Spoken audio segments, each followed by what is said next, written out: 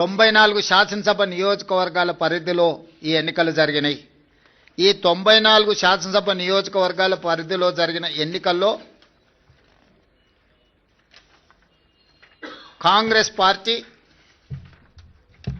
87 శాసనసభ నియోజకవర్గాలలో మెజారిటీ సాధిస్తే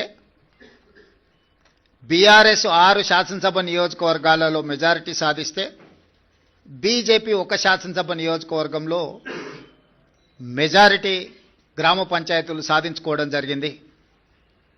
బీఆర్ఎస్ దుబ్బాక, హుజూరాబాద్, జన్గాం, సిద్దిపేట, సిరిసిల్ల, సిర్పూర్, కాగజ్ నగర్లో మెజారిటీ సాధిస్తే ముదోల్లో బీజేపీ అధిక గ్రామ పంచాయతీలను సాధించడం జరిగింది. 94 శాసనసభ నియోజకవర్గాలలో స్థానిక సంస్థల ఎన్నికలు జరిగితే కాంగ్రెస్ పార్టీ 87 శాసనసభ నియోజకవర్గాలలో అత్యధిక స్థానాలను సాధించడం ద్వారా 2023 నాడు మేము సిపిఐ కలిసి సాధించిన 65, 66 శాసనసభ నియోజకవర్గాలతో పోలిస్తే ఇప్పుడు ఇంకొక 21 శాసనసభ నియోజకవర్గాలు అధికంగా గెలవడం జరిగింది.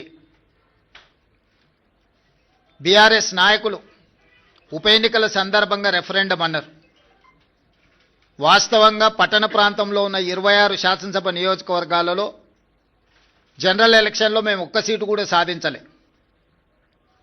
కానీ జరిగిన 2 ఉప ఎన్నికలు హైదరాబాద్ మహానగర పరిధిలో జరగడంతో ఆ 2 నియోజకవర్గాలలో కూడా ఈ 26 మహానగర పరిధిలో ఉన్న శాసనసభ నియోజకవర్గాలలో ఉప ఎన్నికలు జరిగిన 2 శాసనసభ నియోజకవర్గాలలో ప్రజలు తీర్పిచ్చారు.